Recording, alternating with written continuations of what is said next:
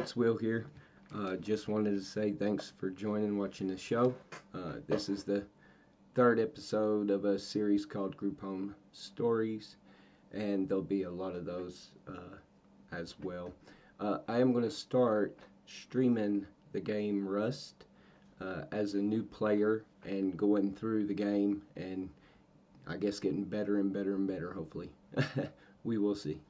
Um, so, when I left off with Elizabeth and Christian Shelter, I did go home for a short amount of time, and I went to high school, and I was at a place called West Green High School. It's a high school in Greenville, and I had a girlfriend there, and I'll just say her name was Jessica. We were friends for a long time, and she was my girlfriend at the time. Kind of like high school stuff. We never really did things like that, but uh, she knew that I was on probation because they had, of course, let me go home from the group home, but they put you on probation for about a year with a caseworker that you have to talk to. And I remember everything was going somewhat okay, but I had went to a roller skate ring, and that's what we did while my mom was at work, and you know we would go to the skating ring in Greenville, and we would go in there and roller skate as kids do at 14 and 15 years old. And I was in there, and I remember I was in there with Jessica, and they were speed skating. And so the speed skating starts. I go out onto the skating ring, and when I went out in the skating ring, uh, a boy named Travis had skated kind of close to behind me. So when I had came in, he was coming around the ring, and when he was coming around the ring like that, I went out kind of right in front of him on accident, and he hit the back of my skate and hit his mouth on the ground at the skating ring, and it did bust out four of his teeth up front and things like that, and he was very, very, very mad, and the ambulance come and everything, and it was an accident. It was never intentional or set like that. It was just a stupid accident. Well, I had turned around, and he had quite a few friends, and let's just say that's just how stuff goes for me sometimes. And when I left the skating ring that night, I knew that the next day, there would be hell to pay in school. And the people he knew how to fight.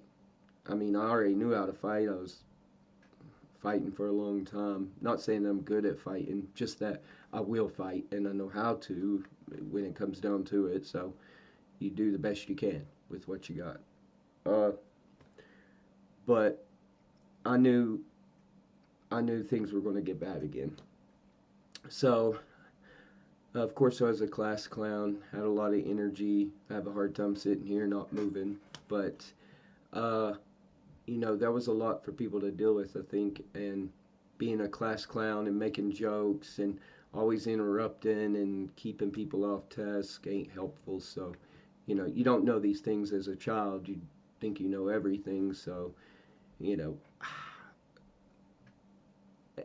I just remember going to school that morning and buying Tic Tacs or certs or something from the little, shopping little areas they got in schools where you walk in and they might have breadsticks or pizza or snacks or things you can buy.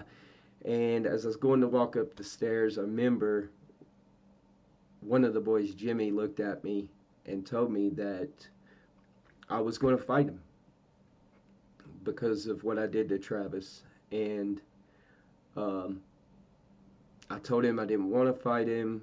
I couldn't get in trouble again. I didn't want to get sent back off to another group home. but there was no avoiding it.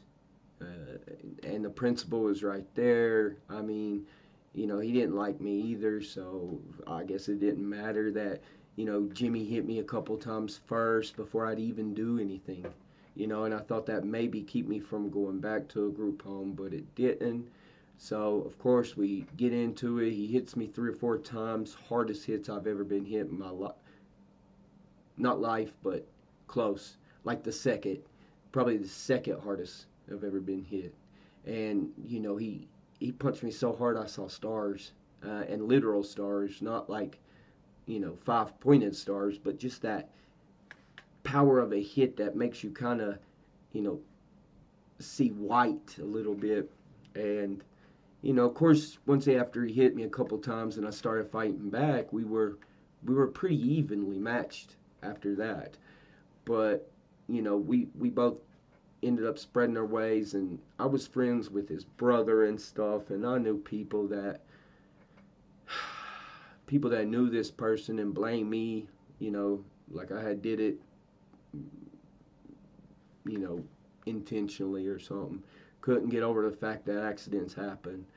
Uh, but I remember getting in that fight, and the principal, of course, suspended me for 3 days, uh, going back to truancy court because of it, and that's when they sent me to Free Will Baptist. It's another group home. I had the same case manager, a guy named James, which was a great case manager. I met a new person of the story. Her name's Vicky. She was a social worker, or she drove the buses for the social worker DHS office. And there'll be a reason I'm telling you about Vicky for a minute, and you won't know until later, obviously, if you keep listening to these stories. But Vicky drove me a lot of places. She knew who I was. She knew me really well. Uh, Even the court people. And God bless to Rhonda Kraft. Uh, she was a great person to me. And, God bless to Judge Wright in Greene County. He was the best judge I ever had. He knew me personally. Only judge I think I could get to laugh in a courtroom full of people over me doing the worst of the worst. Not really bad things, but just bad things because I kept running and never wanted to stay still or stay put or complete things. And I didn't know how to keep my mouth shut long enough to not get me into trouble. And I still don't think I'm good at that either. But yeah, so we fought. They sent me to Free Will Baptist. And when you go to Free Will Baptist, of course, everything's, again, it's all cultured around, religion and religiosity, and I think it's religiosity. I don't know how to say that word exactly right, but the implications are that if you live that way, you'll be a good person and you'll change bad behaviors and you'll make bad behaviors turn into good behaviors, and good behaviors turns into a successful life, and a successful life uh, you know turns into having better well-being and understanding or something. But when I first went there, it was a little different. A huge group home. When you go in, you have to give them all your clothes. You have to wear clothes that they want you to wear, and you do get to have clothes, but it's like later on. I think they keep all your stuff for like 2 weeks just so that you don't run, because they know that they got like your necklaces and your rings or watches or your personal effects. So it's kind of hard to get anything done with nothing. But uh, that's where I met Michael. I won't mention his last name, but one of my friends. And the story I'll tell you about the first time I went to Free Will, which I went to Free Will multiple times, as well as Elizabeth and Christian Shelter, Link House and Mountain View, and plenty of other places. But when I went there the first time, they had tried to take my clothes off me to give me the clothes there, which was like a pair of khakis and a shirt. and James had dropped me off, my case manager, and he was standing there, and they were taking my necklaces and stuff like that, and I just wigged out. So I grabbed that bag with my stuff in it, and I bolted, boom, right out the door. And I remember running, and I might have been gone for, a week at tops. And, my friend Dustin, he helped me out a lot, and he picked me up from a lot of places because used to, when I first started running, I thought that if I ran home, because that's where I wanted to be, that I'd be good. But I found out really quick by running home, I was always going to go back the next day, that night. It just depended. If mom was fed up with my fuckery, then she might call the police at, 3 o'clock in the morning, and they come pick me up at 5, and me not even be aware. So, and that's not to say it's a fault. That's a good thing. They were trying to make me complete the program so that when I did get out, I wasn't wanted or, on the run from places. It's a shame I couldn't figure it out for a long time, a real long time, until I was forced, till I couldn't run. Uh, but I did stay out maybe a week or something, and then went back to free will. And when I went back the next time, they treated it a little different. They didn't change me all my clothes. They did take effects and stuff. And I remember going into the room, meeting Michael, and day after day we go through Bible studies, going to church on Sunday morning, Sunday afternoon, Wednesday afternoon, um, meeting tons of different people though through Christian ministries and programs that they do for kids and trips they give for them. Um, I'll tell you the story of the leaving the second time from free will, and that was there was a boy playing a video game, and I remember Michael looking at me, telling me, "Man, he was gonna hit this guy," and we were fisting the run. We already had it planned that we were gonna run and hit the grip, but uh, he had ended up, I guess, just making this guy mad out of nowhere, and the dude had said something crazy to Michael, called him a bitch, or something like that. And I remember he out of nowhere just snooze dude while he's playing that game, and this dude's glasses flew off his face, and you could tell they had broke like in pieces and things. And as soon as Michael hit him, we went ahead and we ran, and we ran at a really bad time. We ran when it was winter. There was snow on the ground. Free Will Baptist, if you look on the map, it's out in the cut. By then, I was living in Greenville, in the city, if you want to call it that. Probably 60,000 people. City. And man, it's just terrain and woods and mountains and trees everywhere and creeks and rivers and lakes, and me and Michael got pretty far down through there, and then we had a bridge where the Noachucky River ran underneath, and a bridge ran on top. And like I said, it was probably December, it's snowing outside, snow all over the ground. Rivers were, cold as cold could get. We wasn't swimming, so we had to cross the bridge, and that's where they used to catch you. They'd catch you on the bridges, because if you go onto the bridge to pass the Noachucky River, and the police pull up right there at that bridge, they know you can't hop over or nothing like that. You got to run either back or you got to run forward. And they pretty much catch you really easy. I had some other stories about that stuff when I was at John Tarleton or TPS and stuff like that too, which is Tennessee Preparatory School. So with free will, me and Michael, we ran. We go across the bridge. We're fine. We get to a place called Limestone, and the reason we went there is I had a buddy of mine named Brent that would, he would help us out. When you got real friends like that, they'll help you out. They'll hide you. They'll get you some food. Most of their parents are all right, and they'll let you stay there a couple nights and eat something or something like that. But then you got to get going.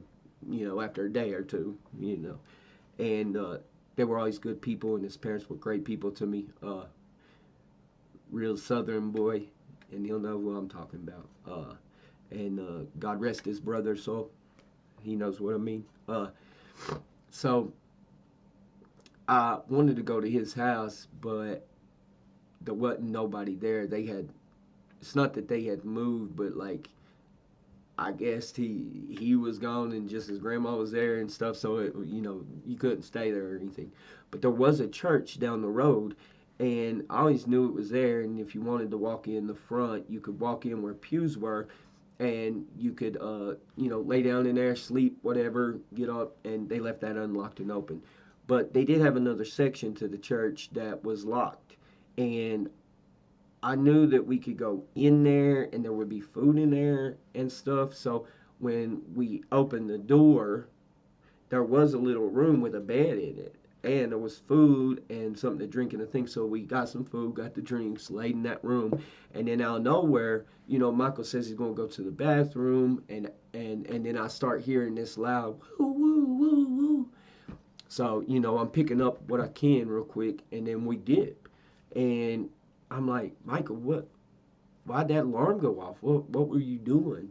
And he said that he had went to the pastor's office and he had tried to kick the door in to steal what was ever in there. Now,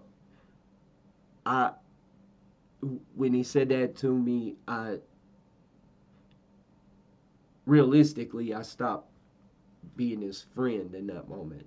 And that's because I didn't have any knowledge, any understanding of my beliefs or belief systems that were taught to me as a kid. This is something I've grew up with my whole life. My papa was a preacher. He ran the Haven of Mercy. So going by what your pastor says is how I was brought up. And I've had a lot of different pastors because of the group homes and going every Sunday morning, Sunday evening, and Wednesday night. And going to all these church programs. And I'll say that everybody can believe what they want to believe. That's your right. And that's what freedom is. And at the end of the day, I still don't think that you should, steal money from the God people believe in. Okay? I guess that's the way I can say it. But, that way, if you're a Hindu, a Muslim, a Buddhist, you could be, a Christian, a Catholic, I'm just saying, out of respect to everybody, that you probably shouldn't steal, like if the offering plate's going around, you shouldn't take money out of the offering plate, If you ask a church usually to help you, they tend to. Now, I'm not going to say they always do, because I've went to plenty of churches to ask for help and been in real need of food and, maybe a little bit of gas. And they have helped a lot, though, so I'm not saying they haven't. But I have had a few that haven't or hadn't wanted to because they thought I was on drugs or high or something. So I definitely understand things like that. But it did make me look at Michael a little different, and I really didn't want to hang out with him much then. Now I would have been, not okay with it, but it wouldn't have bugged me personally as much because, I have different feelings about certain things. Now, so I do remember the alarm going off. I remember us running from there, and of course it's snowing outside and cold. So we're laying beside a river, like a little creek, not a river, a creek, and there was just like this little tree that had not covered so much of a spot. So we just had to fucking lay there, just held up back to back as much as we could to try to, keep ourselves warm. And I don't exactly remember how that ended, other than, of course, at some point they catch me. I'm at a friend's house or with a girlfriend, or I'm riding around with somebody or something, and police are right there and they want to know what I'm doing, or they want an ID, or they notice who I am. I mean, they had caught me running quite a few times by now, so they recognize who I am, or they, profile me in a way because I allow them to, because I make it so that I am profilable. I mean, if you're running around driving crazy looking cars, or even loud cars, or driving around with systems in your cars and rims on your cars and tattoos all over you and stuff, it gives them probable cause. It don't legally give them probable cause, but when they see me driving, they've got a cause to pull me over and say, hey, do you got a license? Mostly I get pulled over because my car's not registered, so as soon as they run the tag, I'm done, I'm hit. And I have ran them plenty of times, but there are other stories too. So um, I will say that the next story will be a lot more detailed. I'm really busy right now in the middle of getting things set up and stuff and trying to do other things on the side too. So as soon as I get a little bit more free time, I'll do better on the intros, the outros. I'll make my own and things like that. Uh, Make sure you look forward to me playing Rust and trying to learn how to play it. And if you like it, you can come in there and watch the live stream and learn with me, and we'll just talk about nonsense and crazy things. That should be in the next few days. And yeah, I think we will stop at that. Um, so for the next one, after Free Will Baptist, uh, I think would have been. Mm, Now, I did go to Johnson City O&A, so I'm sure when me and Michael got caught, we, not Johnson City O&A, Johnson City Detention Center. It's like a youth detention center, so when you run from a group home, they take you in there and stuff. I got a couple stories about those, but nothing real interesting other than, you go in there, you get dressed out, you get naked in front of people as always, and then you sit and you wait and you go to your court date and they tell you where you're going and you go back and you wait and you get busy waiting. I mean, it's how group homes and places like that are. A lot of my stories will be a lot more detailed because I'm going off old data that in my brain has a hard enough time to figure out where I was at that exact time. And I ran so much that when I was on the run, I didn't look at it as being locked up. I was just out and about, hanging out with, friends, and, I could have completed the programs, and then I had a better opportunity to do those things. And had I known some of the things I know today, some of the defects and some of the things that could have even added to I don't know if you get hit in the head with things if I'm not saying that always affects people, or you're born a certain way. It's just that knowing and understanding those things make it to where you can work on those things. But if you don't know exactly what's going on with you, or what's different from you than other people, then you don't know how to fix them things. You don't even know that they're issues. So, I'm just learning now about, the way my behaviors were and why they were the way they are. So thanks for watching. Hope I didn't waste your time. And like I said, here soon we're going to get into some great stories. The Mountain View story is super great. I was there 9 months and I couldn't leave. It wasn't physically possible. But I have some escape stories for you. And that's a little later on. That was from 18 to 19. So we're only at about 15 right now. 16 is the start of Knoxville, so John Tarleton.